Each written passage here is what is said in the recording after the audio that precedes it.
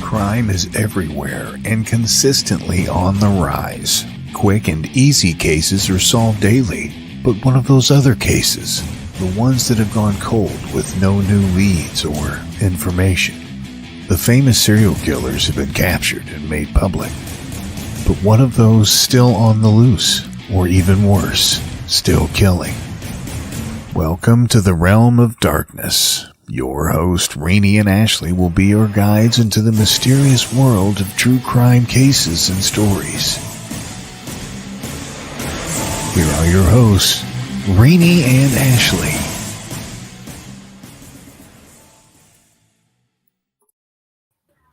Hello, everyone. Welcome to Realm of Darkness. I'm Ashley. And I'm Rainey. Clearly, Rainey has a little bit of a different look today, but hey, we're going to work with it. No, Rainey is actually not feeling well, so she'll be back on next week. So I have Matt as my guest host tonight, and I'm super excited. We are going to be discussing Amityville. So I know that Matt and I have talked, and Amityville, is it already starting? I'm in Amityville, it seems like. So I know that Amityville is one of your favorite haunted locations, and we've talked about that. And I've talked to a couple people, but apparently a lot of people don't know that it started with the DeFeo family. And which is crazy to me. Yeah. And, I think the movie is kind of more focused on the Lutz family and the hauntings that they experienced. But for viewers that don't know, Amityville actually started in November of 1973, the DeFeo family. 6 of the family members were murdered. They were all in their bed. They were shot in the back of the neck or the back of the head, and they were all asleep. None of them woke up or heard it coming, which I find really weird. With a shotgun. Yes, a 35 caliber rifle. The loudest gun you can use, besides like an automatic rifle, is you're not sleeping through that. So tell me, how does that happen? Because I think they were all ages between 9 and 18 were the kids.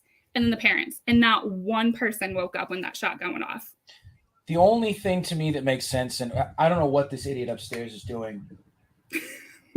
The only thing that makes sense to me is there was some sort of like short-term chloroform type of thing going on, because it wouldn't have been traced in the tox report. True. Because it would have been out of their system. So that's the only thing that makes sense to me, because I'm not going to buy into some, curse thing like that, put a spell over these people or anything like that. Like, I know from everything that I've read and researched that Ronnie and his father did not get along.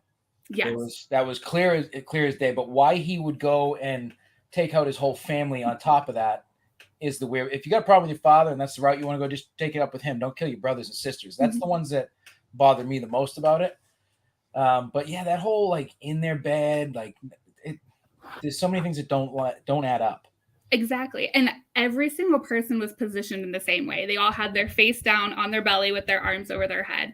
And you're right. Ronnie Jr. and Ronnie Sr. did not get along. I know that I read a lot that Ronnie Sr. was very abusive toward the children, and that Ronnie Jr. slightly had an issue with his mother because he felt that she allowed him to get away with it. Yeah.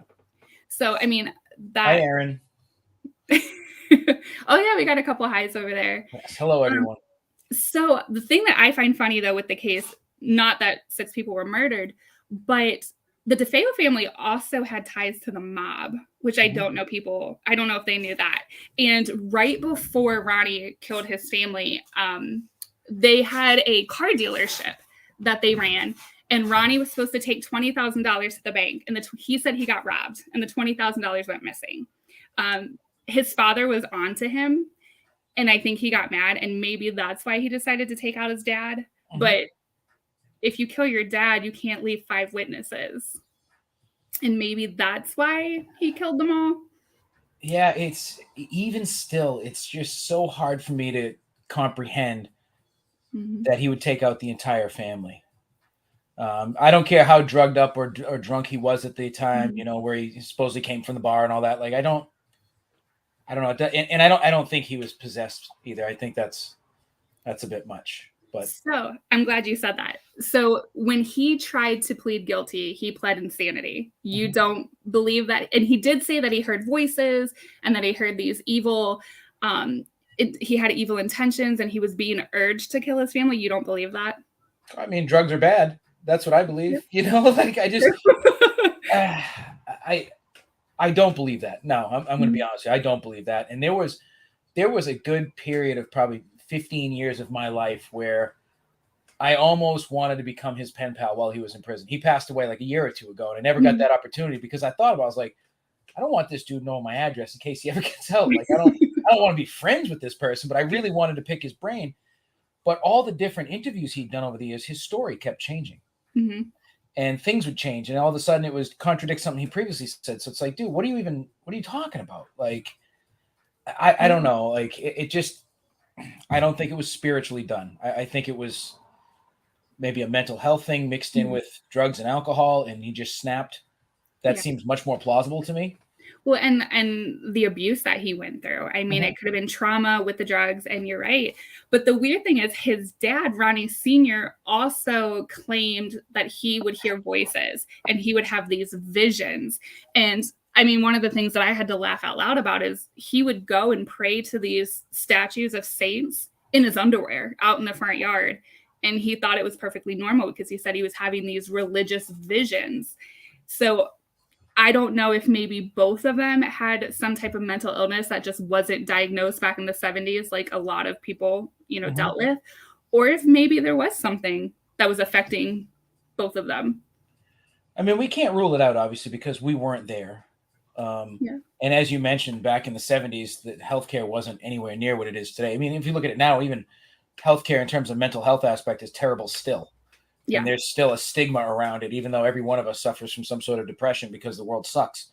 So you go back 50 years, and of course, these people are dealing with things that there wasn't a diagnosis for. So we will never know that. Well, and you know, when he went to court, one of the things that stuck out in the jurors' heads is to say that he was actually sane enough to know what he was doing is apparently he didn't get along with the family dog, which that right there, I think, should tell you what kind of people he might have been. Everybody loves dogs. Yes, dogs can sense bad. Yes, and the dog hated him and he hated the dog. And one of the things that happened before he murdered the family is he actually let the dog outside, which made the jurors believe that he knew that dog would attack him. So if you're in your right mind enough to let out a dog, I think you know kind of what you're doing. Yes, that's premeditated at that point. Exactly. But leading into, so everyone watching. So the DeFeos, all 6 of them were murdered. Ronnie Jr. was the one who committed the murders and he was arrested. It was about 3 or 4 months after Ronnie Jr. got arrested, George and Kathy Lutz moved into what is known as the Amityville Horror House.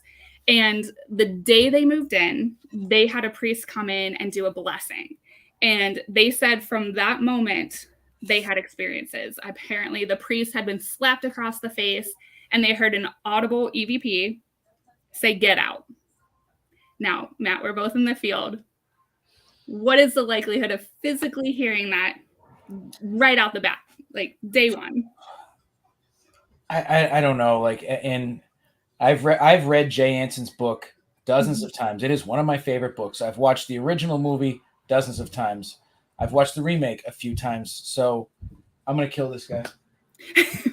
Is it real or No, it's the idiot neighbor upstairs. I don't know if he's moving furniture, if he's dancing with an elephant. I don't know what it is, but it's always something around here. I feel like that's a bit much to be having right out of the rip. I think that my overall thought is they sensationalized what happened there big time to try and profit off of it. Okay, so we're in agreement then. Yeah. Okay. Yeah, because I know some of the claims, and I think I know more of the crime aspect than I do the paranormal side. But I know some of the things I heard were like people were levitating, doors were being ripped off hinges. something about slime coming from the ceilings, bleeding walls, demons, all of that. And apparently they moved out within 25 days of moving in. 28 days. 28 Yeah. days. Yeah. It's so in the paranormal side of things, I was fortunate enough to meet and hang out with Lorraine Warren a few times back in the day. And when I had the opportunity for my one-on-one to talk with her, I asked her and I said, what was the scariest case you've ever worked on? And she told me it was Amityville. Really? So knowing that, and Lorraine was one of the most genuine, sweet people that I've ever met in my entire life. There are people that do not like the Warrens. They feel like the Warrens were frauds, whatever. Regardless of your thought on them, they are the reason the field is what it is. Mm-hmm. Plain and simple. We owe them everything. And for her to say that, especially now after seeing the Conjuring movies and reading all their books about other cases, I'm like, that was the scariest stuff you dealt with? Like, holy cow, that must have been really bad. I don't think the house might not have been haunted, but I definitely don't think that there was ooze coming out of the walls and that I just Jody the pig showing up in the window. I don't believe in all that. And I believe in ghosts and spirits and everything, but I just think that that was a way for them to get out of a mortgage that they couldn't really afford, right, and try and make some money out of the deal and sensationalize their story. Yeah, and I know that one of the things I read is that the DeFeo's defense attorney actually admitted that him and the Lutz family sat down and like concoct this whole plan of a haunting. And I believe George was the one who was actually really obsessed with the occult. And I'm starting to wonder, the more I read about it, I wonder, was it manifested? Was it something that maybe he invited in? The 70s and 80s were big time for Ouija boards, that kind of stuff. Did he cause it himself and then didn't know how to handle it, which a lot of people have done? Yep, he could have definitely brought it out himself. I don't doubt that certain aspects of it definitely could have happened. I don't think it was all made up. But I definitely don't feel like I've been to the house numerous times, from the outside looking at it, and it is the Mount Everest for me. If I could buy that house, I'd leave everything I have behind and go live there, and I'd have no issue living there. It is. I'm not scared of it. I would be scared being in it, but I want to know. Like, that was the only report. That 28 days are the only reports of ever having any haunting there, and people have lived there ever since. Give or take time after that, but. The current owners that are selling it or were selling it are only selling it because they're getting a divorce. They've lived in it for 14 years, no issues. None at all. Prior, no issues. There's not any reports of any hauntings. So maybe, and I think this is part of it too, I think the Lutzes themselves were haunted. They had some stuff going on with them that I think that they kind of brought that juju with them. Obviously, we only have the movie portrayals of how they actually were as a family and how that George didn't really vibe with the kids because they weren't his biological kids and they had these differences. That's how Hollywood portrayed it. I don't know because I wasn't actually there to see how they actually were. But if that's the case, then yeah, all that negative tension is going to change things and it's going to make these things kind of more easy to appear, in my opinion. Yeah. Well, we know that the mind is a powerful thing. I mean, we've both been to several haunted locations. If you go in and you're already scared, you're already assuming you're going to see something, the likelihood of you seeing that or having that experience is higher than if you just go in nonchalant. So I agree with you. I think that them going in, already being obsessed with the occult and already having the idea of, wow, there were 6 people murdered here. Because let's be honest, maybe not us, but most people are not going to buy a house that they know 6 people were brutally murdered in. Yeah. I would find it very fascinating, just like you, where I'd want to see what would happen. But the average person's not going to do that. Right. So now you're going into this house knowing 6 people were murdered. You're obsessed with the occult. Maybe your mind's just playing games on you because his son actually said that he never had any experiences like his parents had. Yeah, and that makes you question everything because in the movie and the books, it's portrayed completely otherwise. Right. That they were all having these experiences. And again, it's a wonderful story that's captured all of our imaginations for 40 plus years, but did it happen? Right. Well, and I'm glad you brought up the Warrens because I do think that a lot of people, you either love them or hate them. There are people who idolize them and they did make the paranormal field what it is today. And because of them, we get to do what we do. But there are people who think they are complete fakes, hoax, and I think Amityville kind of falls into that, where was it possibly maybe a door slam, maybe something here or there, and then the Warrens took it and blew it into this massive Hollywood production for attention. Mm-hmm. And that's, again, something we won't know. Unfortunately, in terms of movie rights, we're never going to get an Amityville horror within the Conjuring universe due to licensing rights. That's why in the first Conjuring, they don't say the Amityville case. They say, oh, there's a house in Long Island. That's as far as they could take it. And that's why they had to do that crappy Nun movie and these other movies, because they can't go and touch this. I wish that studios would just get together and say, hey, let's make this, because I would love to see Amityville done from the perspective of the Warrens and their case files and what they have, and with Vera and Patrick playing them, because it's perfect. But we're not going to get that side of the story anytime soon, as far as I can tell. And without any, I don't know why someone hasn't put all their manuscripts together and packaged them as the Warrens files. I'd buy those books. Well, and I know, I mean, with the way that Hollywood is, do you think that they would actually do it justice? Or do you think that it would, again, become this massive, over the top, not really that believable?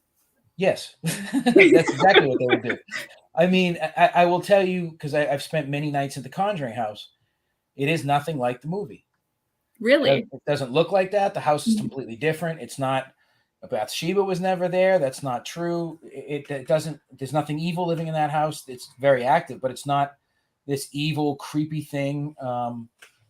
So yes, Hollywood does, but they have to. And I understand that as a viewer, you need to do these things to make the movie more appealing. It's just like the paranormal TV shows. They're mostly trash, but they're edited as a such way to keep people's attention. Because otherwise, no one wants to watch us sitting in the dark for 8 or 10 hours. Right. Boring. You want to see those jump scares right before the commercial break, and then come back to find out it was an insect that flew by you instead. Are you sure it wasn't an orb? Well, I do believe in orbs. I'm one of those people, but 1%, 1% Yeah, of 100. Well, and I think you're right. I think with I don't know if I can say the show names on here, but there are shows out there that I think have ruined the field. Honestly, I mean, yes, maybe they open the door, but I know, I'll say the normal person, someone who's not an investigator, anytime they hear a creak in their house, they're calling and say, hey, is it a demon? Can you come check it out? Yep. And I'm like, yes, demons exist, but it's not like they make it look like they exist. And I'm wondering if that's what happened with Amityville. I mean, any house can be haunted. Let's be honest. I mean, they can walk in and stay if they think it's cute. And maybe with the DeFeos and the tragic way that they died, their spirits could have been stuck there for a while. Who knows? But did they take this minute little thing and just? Well, and that's the thing too. I don't know even the truth behind this, but in the Ryan Reynolds remake of the movie, they get deeper into the Jack Ketchum, the expat from the Salem witch trials moving there, and he created his land there, and that well was his, and all that. I don't know if there's any truth behind all that, if it came from fiction or not, but if that was something that, say, George had read about or heard about and moved there, he runs with that. Or Jay Anson, maybe he knew about that and said, hey, there's a story about this property. We could run with this and make some money. We will never know. And I've gone on YouTube and I've watched all the old footage of them on Oprah Winfrey and all those old shows back then. And they do seem genuine and they seem like real people, and they likely were, but did they long con us all? Probably. Well, and I think in the comments, Aaron says it perfect. Were they having money issues? Because, I mean, the Amityville franchise, will say, has brought in money for more than just one person. But, I mean, the amount of money and popularity that was gained by Amityville, I mean, that could have very well, I mean, the DeFeos, they think that they were murdered over money. They think that, Ronnie stole that $20,000. There was rumor that they had a safe with money and jewels in it. And I mean, unfortunately, money is a very powerful thing. Mm-hmm. It is. And I remember, obviously I don't remember the exact numbers, but I remember they bought the house at a good price, but it was still a lot of money because it was a huge house and it had the contents in it. And George's business wasn't going well. So they were losing money constantly. So when that's the case, first of all, your mentality is in the gutter. You're struggling to keep your family afloat. So everything's going to be off. You'll do what you can to take care of your family. And that, I don't think, takes off the table of creating a massive haunting scare to drum up some money. Yeah. And they actually, I did look it up. They bought the house for $80,000 in 1975. So, I mean, now today the house is worth $1 million. 900. Whew. Yeah, that's what it was. It was for sale for $899 last year when it was up for sale, and I don't have it. Otherwise, I'd be living there doing this podcast from there right now. I mean, that would be pretty. I was gonna say badass if you were doing it from the living room. We would have just had it on site. I would have came up there. We could have done it from the living room. Yeah, we could have made something happen. What's up, Chris? It would have been pretty cool. But it's the house is beautiful. Like the neighborhood is beautiful. It's a beautiful piece of property. They took out the damn creepy windows, which is terrible because it doesn't look the same. But I know why they did it, because they didn't want people gawking, which nice. It's on Google Maps as Amityville Horror House. It's not hard to find. So, and didn't they change the address too to kind of like deter any kind of tourists that were coming? Yeah, it doesn't work. I mean, there's signs all over, no stopping, no, and you just got cars pulling up. Mm-hmm. I've got to assume that within the town of Amityville, it's a very, very nice town. So I'm assuming there's all sorts of zoning things where they are not allowed to do any paranormal stuff like that. But I'll tell you right now, if I bought it, I'd sit outside in a lawn chair and say, you give me $100, you can walk through the house for 5 minutes and take pictures. And I'd pay my mortgage every month that way. Oh, yeah. Oh, yeah. I mean, there's so many investigators, me one of them, dying to get into that house. Well, you think if no one's ever been in there to do an investigation, you think if I was to get it or someone to get it, and I contacted the networks and say, how much is it worth for you to be the only one to ever access this house? Oh. You pay it off right then and there. You would never have to work again. Nope. People would pay millions. I can tell you, probably Ghost Adventures would be the first one to offer it to you. Yep. And then your house would be run by demons is what would happen. Then I'd get DeFeo'd. Yeah, well, maybe.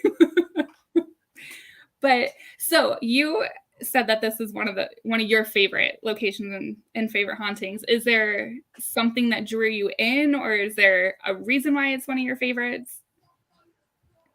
I just feel like I saw it and learned about it at such a young age that it stuck with me my whole life. And I remember I have it still somewhere. I have the paperback book that is so beat from reading it over and over again. And I remember the movie came out before I was born. It came out in 1980, but I remember seeing it when I was very young. And I had the VHS and all that stuff. And I watched that movie over and over and over again. And it was just so well done for its time.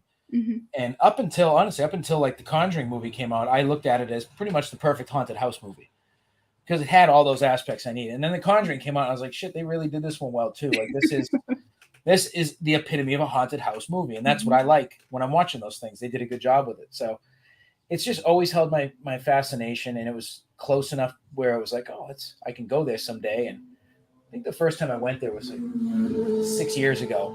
I have one of my tattoo artists that I go see. She's out on Long Island, and she's only 20 minutes from there. So I was like, I'm driving to this house. I don't care. And it was just, you pull up and you see it, and it's that, holy crap, it's a real place moment.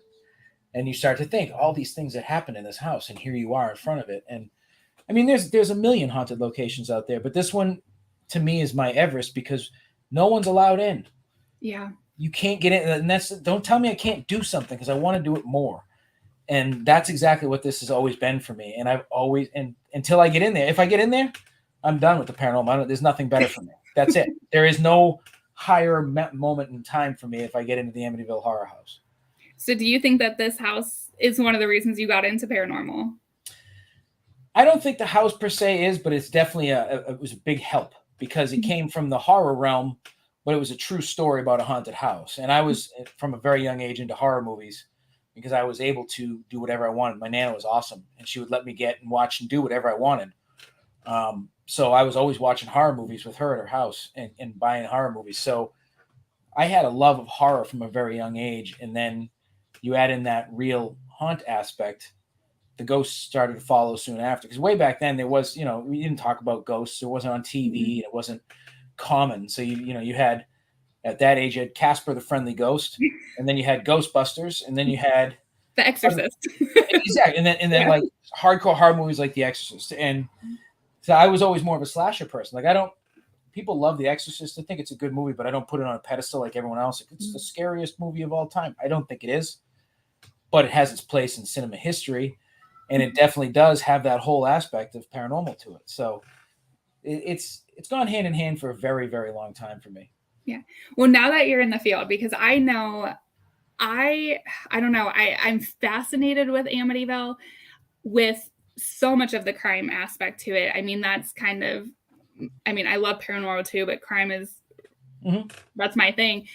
And I just, some of the locations I've been to, and I know you've been to some that are considered, the most haunted in the world or most haunted in the US. And just to think that that stuff, I don't know, I find it hard to believe that any of that literally happened. Like bleeding walls and, the water in the toilets turned black. To me, that's just a bad sump pump. Like, There's a lot of it that we as reasonable human beings can debunk. And a good investigator is going to go that route in the beginning versus believe everything that's told to them. At least that's how I roll. That's how the majority of people I hang with roll. We're not just blind believers and just, yep, I believe you. There's almost always a reason for something to happen. And I agree with you that the bleeding walls, unless the person was on mushrooms, I don't see that being a thing. The toilets, very easily explained. They're on the water. There could have been anything going on in that water. There could have been a backup in the water. There could have been an algae infestation, anything. Like, and in the movie at the end, when the dog falls or when he falls through the stairs and into the well under the stairs, and he's covered in that black tar. And I'm like, that didn't happen. Give me a break. It did not happen. Like, some of it's laughable. Right. You did not have a well full of black tar bubbling up under your staircase. That's because if that was the case, the next person in that house would have done Geraldo Rivera would have done a whole exposition of that house after that happened, because that's what he used to do back then. And it didn't happen. Like, I'm sorry, it didn't happen. Well, and his wife apparently forming into an old lady in front of him and then levitating. I mean, I wish I could see levitation, but I don't know. I just find that hard to believe. So I have a couple of friends of mine, I'm not going to name them on here, that are big into the demonology side of things. And he has supposedly seen someone levitate off a bed before. Really? I believe that he saw it. I believe that he believes he saw it, but I'm just like you. I don't know that that's a thing. Yeah. That could be a mind trick. It could be a hallucination. It could be anything. But with them being demonologists, their likelihood of running into something satanic or demon is probably higher than a family just moving into a house. Yep. So, see, and that's where it's hard, because if he told me that, I'd probably believe him and be like, wow, what happened? Tell me about it. But somebody who's like, oh, I moved into a house and my wife levitated, I'd be like, you go smoke another one. Yeah, exactly. Nicole's question. Yes. Nicole, actually, with all the research that I did, they did talk about a possible participant in the murders, just because, like when Matt and I said earlier, how do you execute, because they were all shot in the back or back of the neck, back of the head. How do you execute 6 people belly down, asleep in their bed? Their autopsies showed that their heart rate never elevated. So they were all legitimately sleeping. And as Matt said, that house is big. So to go from the parents' room and shoot the mom and the dad, and then go to the girls' room and shoot both of them, to then the boys' room, I just don't think it's feasible to kill that many people with a 35 caliber rifle. It's just without somebody waking up or rolling over. I did not hear that Dawn participated in it. I heard that it could have been a mob hit that they think might have helped Ronnie, or that the mob did it and framed Ronnie. With all the evidence that I came across, I mean, Ronnie even confessed at the end of the day, but. And that's the weird part, because if he didn't do it, why would he have willingly confessed and spent the rest of his life in jail? Yeah, that's the thing.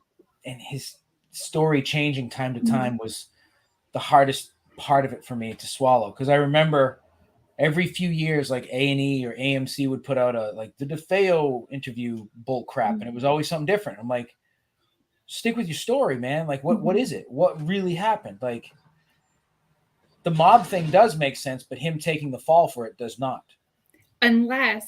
So Ronnie actually wasn't even allowed to go to the funeral. He did not get to say his goodbyes, which if you killed them, I don't think you should. Yeah, you shouldn't have the right.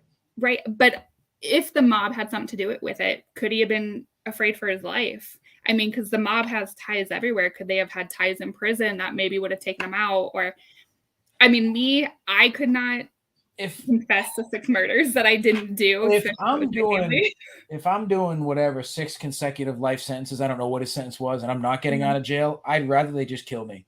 Yeah, he was sentenced 6 concurrent 25 to life sentences. So yeah, so he was never getting out. No. So I'm not taking the fall for anybody. I'd rather look over my shoulder until I was taken out in freedom versus sit in jail and rot for 30, 40 years. Like, that doesn't make sense to me. And I'm too mouthy for prison. I would have got shanked anyway. So, yep. So I would have been there like a week and they're like, you're done. That's what I said earlier, Aaron. I think that they were probably chloroformed, which is like a short-term knockout sleep agent type of deal that would be out of their system before tox got to it. Yes. And I have to agree, because even when they did the toxology, they had no drugs, no nothing in their system. But there were a ton of neighbors in the neighborhood that said that they physically heard the gunshots and they heard the dog howling around 3:16 in the morning. So if your neighbors can hear it, how do you not hear it down the hall? Of course. Big echoey house. Absolutely. And I don't know. Doesn't add up. No, it doesn't. And that's where it keeps racking my brain, is like, okay, did he have help? Which, if he had help, there'd have to be at least 2 other people, because I think it was 3 bedrooms between all 6 of them, because the boys and the girls roomed together, I believe. Or the boys roomed together, maybe the girls had separate bedrooms. Yeah. But either it was 3 separate bedrooms that he had to go to. Yeah, 3, and then and then get past the barking dog, and I don't know, it just doesn't add up to me. And that's even like if so say there's 2 people in each of these bedrooms, even if you had 1 shooter in each bedroom, you shoot one, unless you're going bang bang, that other person's rolling over. Yeah. And they're not face down. So something happened. Something had to have happened. Right. And how do 6 people sleep with their arms above their head? I mean, right. That's bizarre. I think they were positioned maybe after they were shot. Maybe they were shot face down and they were positioned that way. But I don't believe that one person could have done it by himself. Right. Especially somebody who, I know that they said that he had anger issues and he was a bully and there was a lot of people that were scared of him. But like you said, the fact that he kept changing his story, I'm not saying that he was an idiot or not smart, but normally somebody smart enough to pull off a crime is smart enough to keep their story straight. And someone who has anger and rage issues, especially with the father, if you're going to shoot somebody, you're probably going to pump them full of like 20 bullets. Yes. Or you're just going to do it bare fists and just pummel them to death. Or to the back of the head with the shotgun. Yes. Something. A knife. Something. One shot to each person is not anger, rage induced. That is just that's execution style. Mob hit. That's what that is. And I still don't think it was mob related, but that's definitely not an anger / rage induced type of way to take out your family. It just isn't.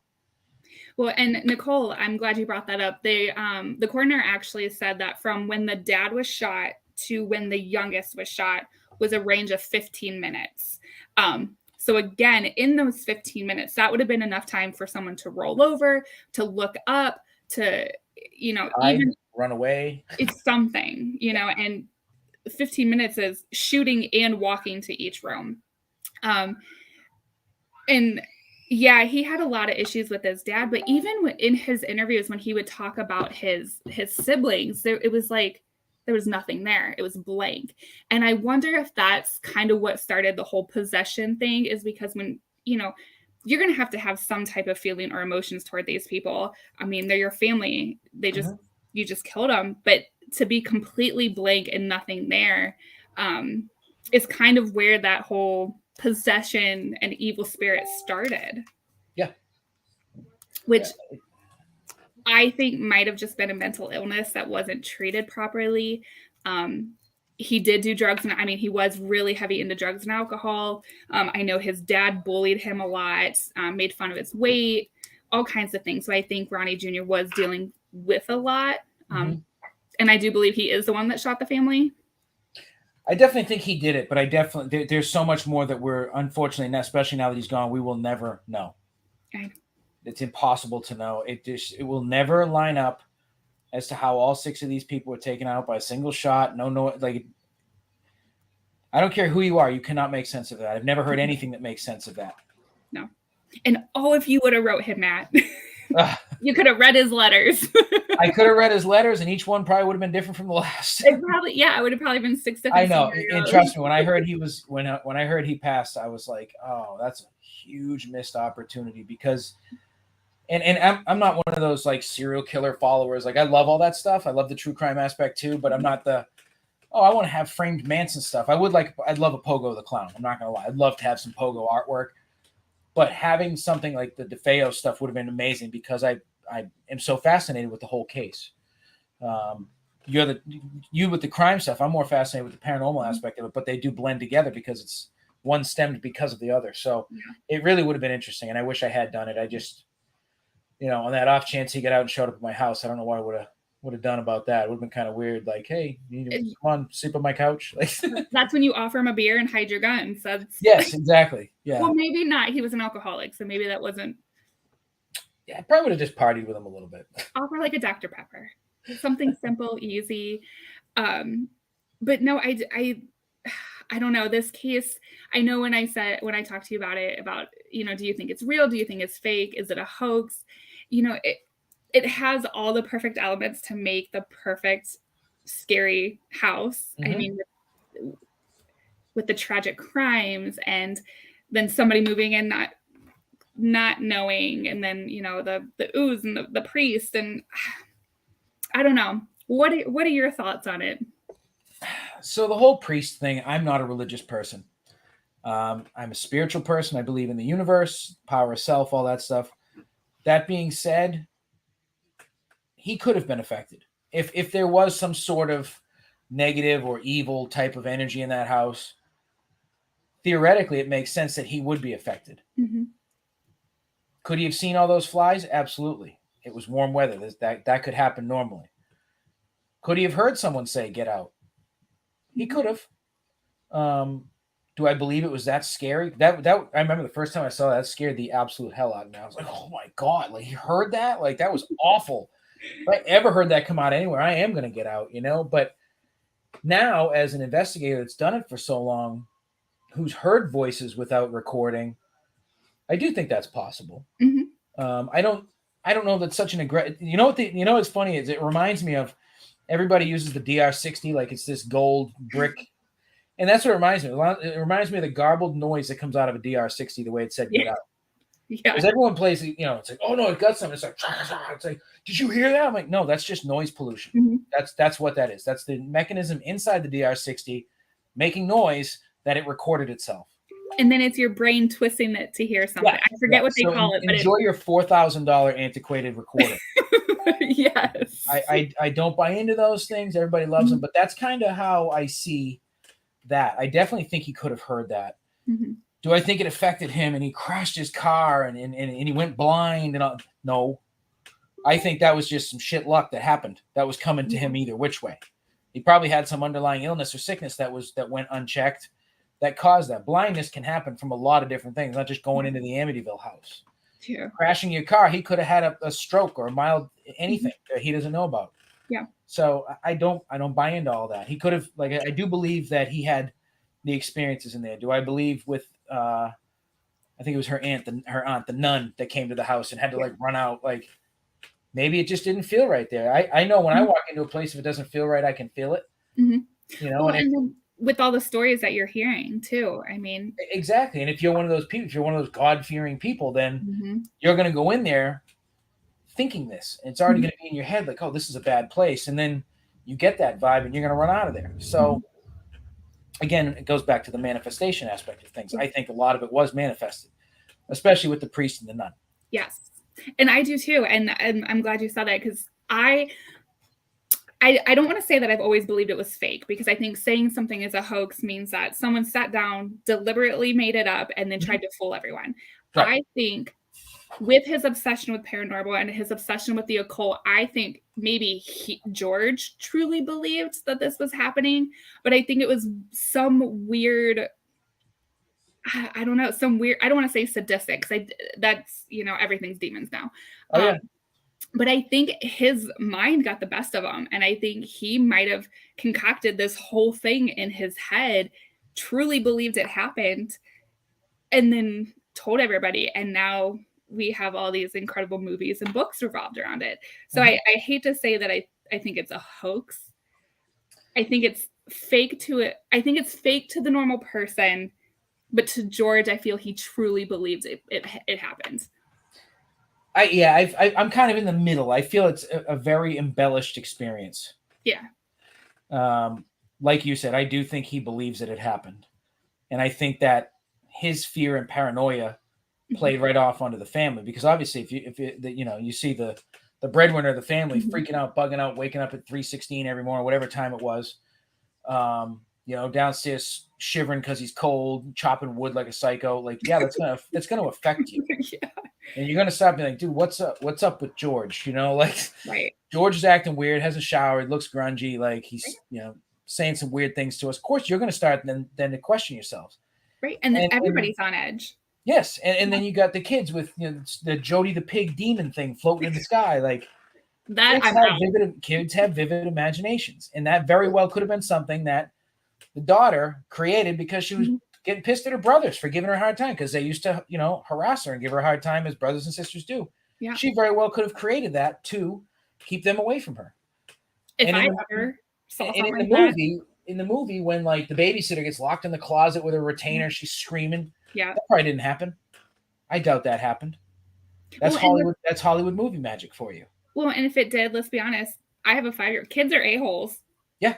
I mean, my kids tried to lock me in the basement before. So, I mean, I could see something like that happening, but not in a paranormal aspect. I think it'd be more in like kids trying to be funny. They don't like their babysitter. Yeah, exactly. And not only that, like if you've got an awful babysitter, then of course you're going to torment her. Yeah. I mean, it's like having a substitute teacher at school. We all tormented the substitutes. Yeah. No different. If you got an angry, gross babysitter that you don't like, yeah, you're going to do that to her. So, and sometimes just out of pure boredom. Yep. Yeah, and I don't buy into that happened either. So no, Hollywood. But I guess at the end of the day, they did give us some good movies. They did give us some good books. The Warrens did open many, many doors for us because of that. So to that, I am thankful. Yeah. Some of their stories, I wish I would have had the opportunity to meet the Warrens, because I would have so many questions for them. But, again, that's another situation where it's like, I never got to meet them and I have so many questions, and there's so many things like the Conjuring house that is hard for me to believe. But I'm also, I believe the paranormal, but I'm probably the biggest skeptic. So, oh, absolutely. Yeah. Well, you have to be to have a normal mindset, because if you're not, no one's going to buy you. No one's going to believe you, first of all, and you're going to be looked at as a quack. Yeah, exactly. Yeah. Jessica, we are talking about Amityville Horror. There's a couple different versions of it, I guess. I like the Ryan Reynolds one. Matt, I don't know which one's your favorite. Maybe the original. The original's my favorite. Yeah. The Ryan Reynolds one is good. I actually just watched that probably a month ago. And it's good because it's got Ryan Reynolds in it, but it's it's so different from the original. It has too much, in my opinion, of the whole Jack Ketchum, like the stupid nursery and catch him and kill him. I'm like, dude, come on. Like, don't do that. Don't do that to the story.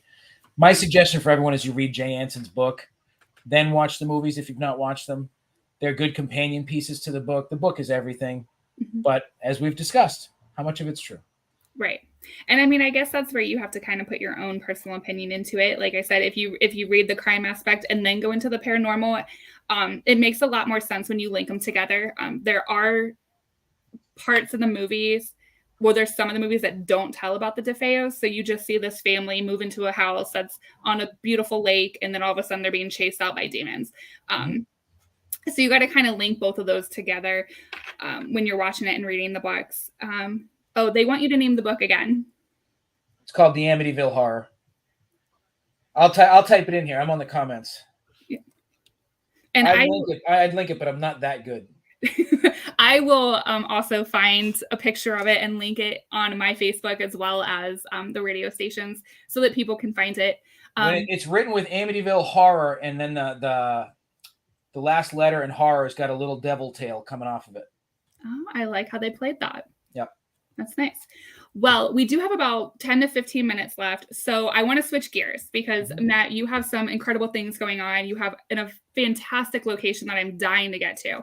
So I want you to tell everybody about the location, what you've got going on, upcoming events, all of that stuff.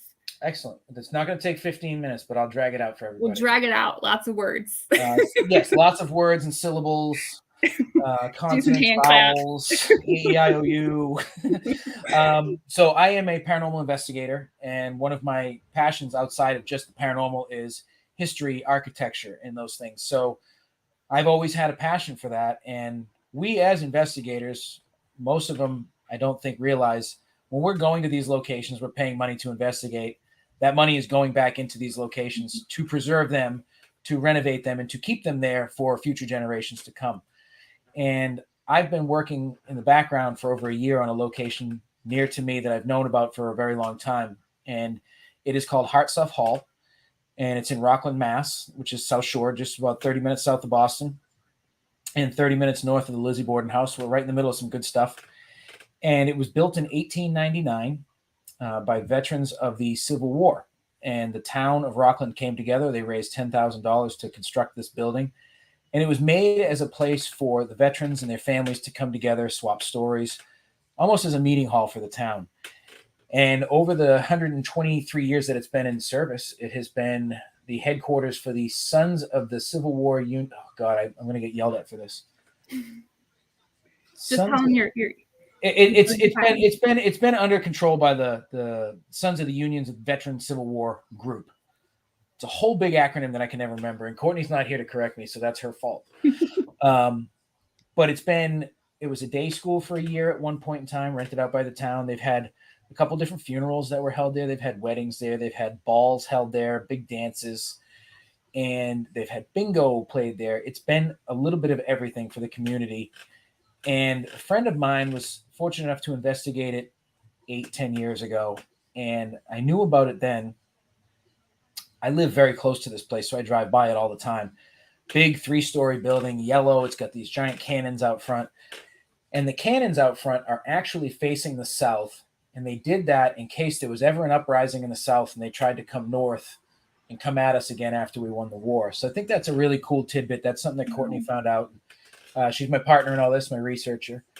And my friend told me how active the place was. And so I said, all right, well, over the years, I'm going to try to get in there. And about 2 years ago now, I had reached out to some people that I knew through other people. And I said, I'd love to get in there and investigate. So I want to get a phone number for some random person. And I said, I'm looking to just come in and ghost hunt your place. And they said, yeah, we can talk to some of the members and we'll let you know. And I could tell there was no interest. And I was like, all right, so I kind of gave up. And to go back to that member thing, it's run by a group called the Hartsuff Memorial Association, which I'm now a member of, and I will get there.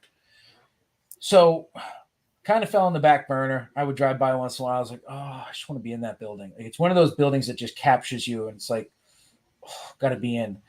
So over the course of the past 2 years of lovely COVID that we all dealt with, the hall wasn't being used by anybody at that point. And in order to keep these things afloat, they need money revenue streams. So there wasn't anything coming in. A friend of mine wound up joining this group, and most of these members are also Civil War reenactors. So they get together and they do these events all across the New England and Eastern Seaboard. And he was going to meetings, and I said, hey, man, you got to get me in there. I just want to run some events, make some money for everybody, and see what we can do. He said, oh, yeah, I'll bring it up. And I saw him one night, and this was in November. I saw him.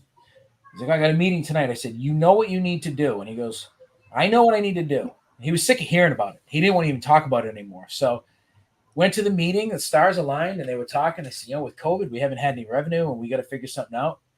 He raised his hand. He said, well, I know a guy that does some paranormal stuff. He'd be willing. And the head guy kind of like shook his head, and he's like, well, you have him come to the next meeting. So he's like, you can come to the next meeting. So now I'm like, all right, now I gotta sell myself. And I do public speaking. I loathe public speaking. And I've only been comfortable doing it for about 5 years or so. I used to actually have to drink while I did it or before I did it to ease into it. Now I can just rock a crowd and just pretend it doesn't matter. So I went into this meeting, probably about 10 people. I have no idea who any of them are. I stand up in front of the class, so to speak, and I explain what I do, what I would like to do for them. And everybody in the audience, all the members were all for it. The two people I had to sell on it the most really weren't. And he said, well, we don't really want it to be known as a place for like spooks and ghouls. And I said, all right, I get that. I said, but here's the thing. It's not like TV. Mm-mm. Those TV shows have ruined everything for us. We're not those people. We're not going to come in here and disrespect this. He said, it has to be done respectfully. And thankfully, one of the women in the audience said, well, I know they do things like this in Gettysburg. And I said, yes, they do. I said, they have huge conventions in Gettysburg and everyone is respectful and they're talking, and it's a blend of history and paranormal. And that helped quite a bit. And he said, well, I guess we could take a vote on it. We'd feel more comfortable if it was a member that was doing these things. And I said, well, what's membership? And he goes, well, it's some paperwork and it's $20 a year. And I said, you know what? I'll pay. Let's do this. All right. And I kind of laughed, filled out the paperwork. And I said, all right. And I said, and I explained to him, I said, I'll have insurance, everything. I will cover everything. I said, no one even needs to be here. You won't even know we were here.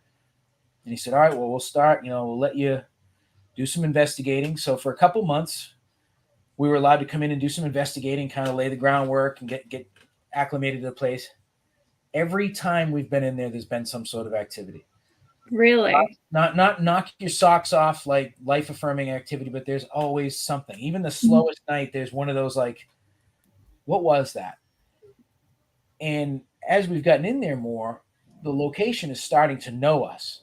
Mm-hmm. It asks for me by name now through Spirit Box and through EVPs. I get my name called all the time. We were doing a live session through a portal, and it said, "Where's Courtney?" Or it said, "Courtney, where's Courtney?" And she wasn't there, and she was happy she wasn't there because it bugged her out when I told her about it. Yeah. But these things are starting to get to know us, and we've had some quite the experiences. I actually was we recorded a live podcast from there last Friday, Courtney and I. And then we were doing some filming just to get some footage for us and not really investigating hardcore. We're just kind of doing some stuff. And I felt like I had some sort of an attachment last week and I haven't had one in a very long time. And I knew something else was off besides just retrograde. So I was asking, I said, is there something with me? I was using dowsing rods. We were doing Spirit Box at the same time. And I get a yes. So I said, all right, are you from the hall? Yes. Sorry, do you mean me any harm? No. I said, good. I said, you also can't come with me anymore. You need to stay here. I'm coming back. I'm here all the time. It's Hartsuff Hall, Nicole. I'll get to the links in a minute. I tell really long stories. Erin probably fell asleep. She hates my stories. But everyone else So we're up in the attic now at this point doing these questions. And the attic is the coolest attic you'll ever see. It's like a horror movie attic. It's like 20 feet ceilings, full walk up, all wooden beams. It was, like I said, it was built in 1899. It's just awesome up there. And there's a hotspot area where we're standing. So I'm asking these questions, and Courtney's husband, Justin, our teammate, he's recording the two of us interacting, asking the questions. And over in the corner where we tend to get a lot of activity, we get a lot of motion activity over there with Music Box and REM pod activity. I saw a ball of energy light in the corner of the attic, and I was like, whoa, I haven't been seeing those. I used to see them more often. I think last week where I was so run down and beside myself, I didn't have any walls of protection up, so everything was coming through. So I see that, and then I do that whole BS, like, you don't have to stay here. You can go to the light. You don't need to be here. As soon as I said that, standing right next to the wall, as if it came out of the wall, I saw a full-bodied apparition. It was white, but not like sheet white, but it wasn't cloud white. It was white, and it was about 6 feet tall. It was very gaunt. Shoulder-length hair. I couldn't tell if it was a male or female because as soon as I saw it, it went away. And I bugged out because that's only the second time I've ever seen a full-bodied apparition. Mm-hmm. And it was the most profound thing I've ever had happen at this place. On video, right before I saw it, you hear shuffling on the floor, and all three of us were standing completely still, but you can hear shh. And then I saw it bugged out, and you have our reaction video. I've posted the video on our Facebook page, and I think I haven't put it on YouTube yet, but it's on our Facebook page. But that was one of those experiences, like you can't ask for anything better than that. No. And I wasn't looking for that. I didn't really want that, but it happened, and this building has just proven to be everything for us. And we're very fortunate to be working with them, and they're really happy to have us in there now. And all the money that we're raising is going to keep the electricity on and the heat on and redoing things that need to be redone. So we're having a great time in there, and we're running it for private rentals. We have next Saturday, next Friday, we have a kids ghost hunt going on. We had a successful one at Easter. We're doing another one, bringing the kids in for ghost hunting. Saturday, we have an event with New Age Paranormal and Haunted Emporium. Mm-hmm. Then July 9th, we have an event with Big Magic Paranormal. July 31st, we have our inaugural Wicked Pissa Para Fair, which is all vendors and readers. We only have a few tables left for that one. And then as of today, I was talking with a local woman who's going to be looking to do a few events there as well. Oh, that's awesome. More private rentals coming up. So we are there doing as much as we possibly can to help preserve it and to bring a new, what we're calling a paranormal research center to the field for people to draw their own conclusions. Myself, my team, we're not the type to tell you a place is haunted. It's come and find out for yourself. Mm-hmm. See what you get out of it. The history from this building is being unfolded as we go because there's not a lot of written history. So we're trying to find everything we can as we go. Mm-hmm. And we have the town historian who's been fantastic. She's been helping us along the way, giving us all sorts of names and information that is cross-checking things that we're finding out. It's been amazing. Yeah. And all the information about that place can be found on Warner Paranormal Preservation Society on Facebook. I will also be sure to share on my Facebook and Realm of Darkness and all the Facebooks that I have access to so that you guys can go to it. I do love that you guys are working with kids because I think you take that scary that we talked about with the other shows and the demons and, you're taking that scary out of it and you're giving them the reality. If you guys ever get a chance, definitely reach out to Matt. Go see the location. I know it's now officially on my bucket list that I want to go to. But we are running out of time. So I want to thank Matt for spending the night with me and, talking all things Amityville. At 9:00, Nicole Strickland is on with Afterlife Chronicles. So make sure to stay on and watch her. Her show is fantastic and you will love her. And Rini will be back next week. I unfortunately won't because I will be drinking my way through Country Fest. So you guys have a great week and I will see you in a few weeks. Thank you for having me. It's much appreciated. Yeah, you were fantastic. Thanks, guys. Thank you.